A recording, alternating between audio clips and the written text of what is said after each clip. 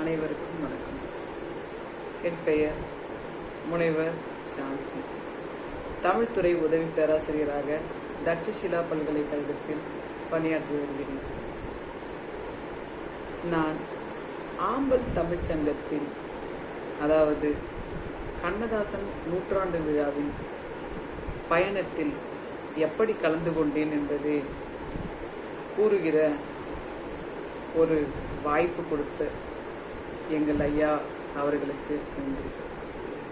எங்கள் ஐயா என்றால் கத்தார் ஆம்பல் தமிழ் சங்கத்தின் தலைவர் ரவி கோவிந்தராஜ் ஐயா. நான் ஜூலை 22 என் மொபைலில் குழுவில் வந்த ஒரு பத்திரிகையை பார்த்தேன். அதில் 100 நாள் 100 பேராசிரியர்கள் 100 கல்லூரிகள் சிறப்புரை வழங்கலாம் என்று. முதலில் பார்த்தது அது மட்டும்தான். அதன் கீழே தொடர்பு கொள்ள வேண்டிய முகவரி என்று ஒன்று இருந்தது. அதற்கு கால் செய்தேன். 22 ஜூலை 22 கால் செய்தேன். ரவி கோவிந்தராஜ் ஐயா எடுத்து பேசினார்கள். ஐயா, நானும் இதில் கலந்து கொள்ளலாமா என்று கேட்டேன். தாராளமாக என்று கூறினார்கள். நானும் பேசிவிட்டு மறுநாள் ஒரு குரூப்பில் ஆட் செய்தார்கள். ஐயா கால் செய்தாங்க. நாளைக்கு விழா நடக்க போகிறது, ஜூம் மீட்டில் வந்துருங்க அப்படின்னு சொன்னாங்க. சரிங்க ஐயா, நான் கலந்து கொள்கிறோம் அப்படின்னு சொல்லிட்டு நான் கலந்துட்டேன். அதில் வீடியோவை ஆன் செய்ய வேண்டும் என்று கூறினார்கள். ஐயா கூறுவது எப்போதும் போல, கத்தார் ஆம்பல் தமிழ் சங்கம் அடம்பிடிக்கும் குழந்தை, வீடியோவை ஆன் செய்ய வேண்டும் என்று. முதல் நாளே நான் இதுவரை வீடியோவை ஆன் செய்து எந்த காணொலியிலும் பேசியதில்லை. அவர்கள் கொடுத்த உற்சாகம், வீடியோவை ஆன் செய்யுங்கள் என்று. உடனே ஆன் செய்து பேசினேன். உங்களை பற்றிய அறிமுகம் கொடுங்கள் என்று கூறினார்கள் ஐயா. உடனடியாக 60 நிமிடம் என்னுடைய அறிமுகம் உரையை கொடுத்தேன். உடனே ஐயா கூறினார்கள், சிறப்பு சிறப்பு என்று. அதுவே எனக்கு ஒரு சந்தோஷம். ஏனென்றால் நான் முதல் முறை காணொளியில் பேசினேன் என்பது. அதன் பிறகு ஐயாவிடம் நான் முன்னாடியே கூறினேன், நான் மட்டும் சிறப்புரை வழங்கலாமா, அல்லது என் கல்லூரியில் என் தோழமைகள் இருக்கிறார்கள், அவர்களையும் இணைத்துக் கொள்ளலாமா என்று. ஐயா உடனே, தனியாக சிறிய தூரம் செல்ல வேண்டும் என்றால் தனியாக செல்ல வேண்டும், தூரமாக செல்ல வேண்டும் என்றால் உங்கள் நட்புகளோடு வாங்கள், செல்லுங்கள் என்று கூறினார்கள். மிக்க மகிழ்ச்சி ஆயிற்று. என் தோழமையிடம் கூறினேன். அவர்களும் நான் இந்த குழுவில் இணைந்து கொள்கிறேன் என்று கேட்டு நான் இணைத்து விட்டேன். ஐயா எங்களுக்கென்றே ஒரு குழுவை ஆரம்பித்து அதில் விருப்பப்படும் தோழமைகளை நீங்கள் சேர்க்கும்படி கேட்டுக்கொள்கிறேன் என்றார்கள். அப்படியே என்னுடன் பயிலும் தோழமைகளை இணைத்தேன். அதன் பின் ஒவ்வொரு நாளும் ஒவ்வொரு புதிய சிறப்புரையை தினம் கேட்டேன். அதில் சிறப்புரை வழங்கியவர்கள், வரவேற்புரை வழங்கியவர்கள் என்று ஒவ்வொரு தளமாக, ஒவ்வொரு படியாக என்னை செதுக்கி முதலில் வரவேற்புரை வழங்க எனக்கு வாய்ப்பு கிடைத்தது. வாய்ப்பை பயன்படுத்தி கொண்டு அதன் பின் நன்றி உரை வழங்கவும் எனக்கு வாய்ப்பு கிடைத்தது. நன்றி உரையும் வழங்கினேன். சிறப்புரை ஏற்கனவே நான் கூறியது போல சிறப்புரையும் வழங்கினேன். அதன் பின் எனக்கு காணொளி திறந்து பேசுவது நானா என்று வியப்படையும் அளவிற்கு என்னையே மாற்றி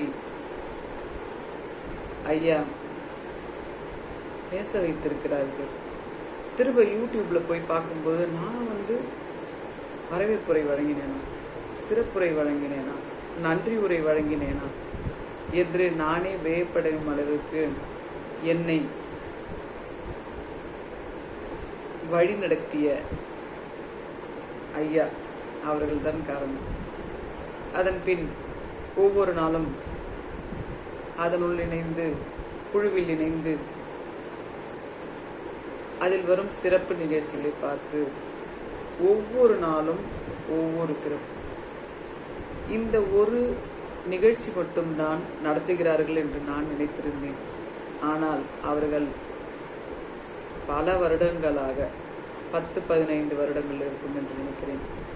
அவர்கள் இந்த கின்னஸ் ரெக்கார்ட், மாணவர்களுக்கான பயிற்சி மற்றும் ஆசிரியர்களுக்கான பயிற்சி, பேராசிரியர்களுக்கான பயிற்சி, தமிழ் ஆர்வலர்களுக்கான பயிற்சி என்று பல பயிற்சிகள் நடத்தி கொண்டிருக்கிறார்கள். இது மட்டுமல்ல, ஐயா பல மொழி திறமை கொண்டவர் என்பது பின்புதான் எனக்கும் தெரிய வந்தது. ஒவ்வொரு நாளும் என்னை மெருகேற்றி அந்த சிறப்புகளை, அதாவது சிறப்புரை வழங்கும் அவர்களை கேட்டு, பின்னர் ஐயா இந்த சிறப்புரை மட்டும்தான் வழங்கிட்டு இருக்காங்களான்னா இல்லை, ஒவ்வொரு நாளும் ஒவ்வொரு புதிய செய்தி. பயணக்கட்டுரை வாசிக்கலாம் வாசிக்கலாம் வாங்க அப்படின்ற ஒரு தலைப்புல ஒரு நிகழ்ச்சி உண்டு. 2வது நாள் பார்த்தா அதற்கான பின்னோட்டியம் வழங்கி அவர்கள் அப்படியே போயிருந்தார்கள். 25வது நாள் பார்க்கும்போது எனக்கு ஒரே மகிழ்ச்சி.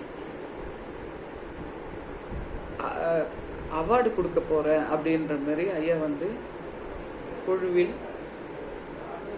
பேசிக்கொண்டிருந்தார்கள்.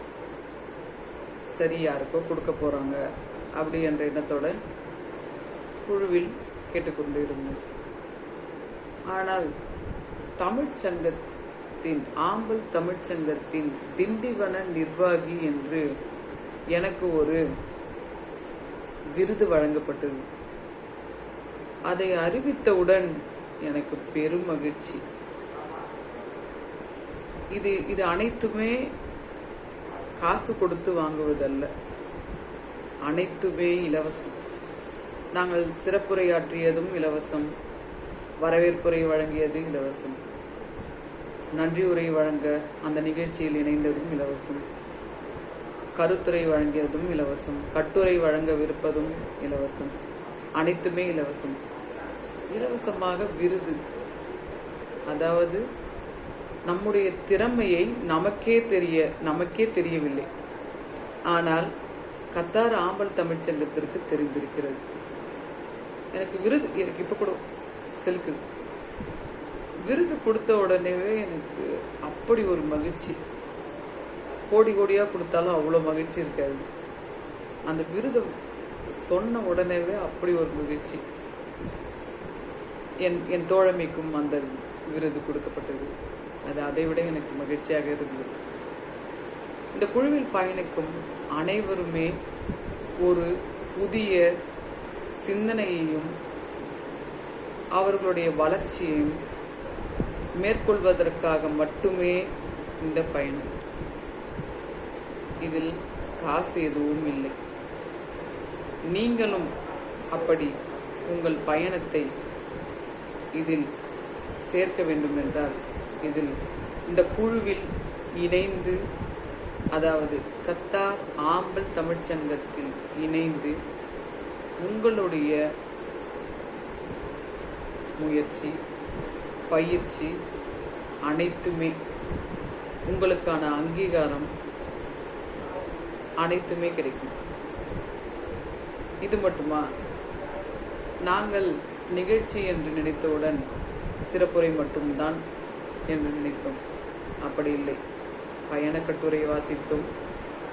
அடுத்தது திருக்குறள் 133 அதிகாரத்தையும் ஒவ்வொரு பேராசிரியரும் ஒரு அதிகாரம் வீதம் திருக்குறளை வாசித்தல். அடுத்தது கட்டுரை, கவிதை எழுதி கவிதை வாசித்தல். தினம் ஒரு கவிதை வாசிக்கிறார்கள். அடுத்ததாக என் தோழியான ஹரி விஜய தீபாவின் மகன் 4வது படிக்கும் அவர்களுடைய மகன் கண்ணதாசன் புகைப்படத்தை வரைந்து குழுவில் அணைத்து அதற்கான சிறப்பையும் ஐயா அவர்கள் மூலம் அதற்கான பரிசு, விருது அனைத்தும் வழங்கப்பட்டது. ஒவ்வொரு நாளும் ஒவ்வொரு புதிய செய்தி, புதிய கருத்து, புதிய தேடல், புதிய கேள்வி, புதிய பதில் என்று ஒவ்வொரு நாளும் புதிய புதிய சிந்தனைகளை கத்தார் ஆம்பல் தமிழ்ச்சங்கம் நடத்தி வருகிறது. அதில் நானும் பயணிக்கிறேன் என்பதில் பெருமகிழ்ச்சி அடைகிறேன். இந்த வாய்ப்பை அளித்த கத்தார் ஆம்பல் தமிழ்ச்சங்கத்திற்கும், ஐடிசி ஜங்ஷன், சேவை வேல் ரெக்கார்ட் இவர்கள் அனைத்து நிறுவனத்திற்கும் என் நன்றியை உரித்தாக்குகிறேன். நான் இந்த காணொளியில் பேசுவதும், அதாவது இதற்கு காரணம் கத்தார் ஆம்பல் தமிழ்ச்சங்கத்தின் நிறுவனர் ரவி கோவிந்தராஜ் ஐயா அவர்களே. எனக்கு இப்படி பேச வரும் என்று கூட எனக்கு தெரியவில்லை. ஆனால் முயற்சித்து பாருங்கள் என்று கூறினார். அவர் என் ஆசான்.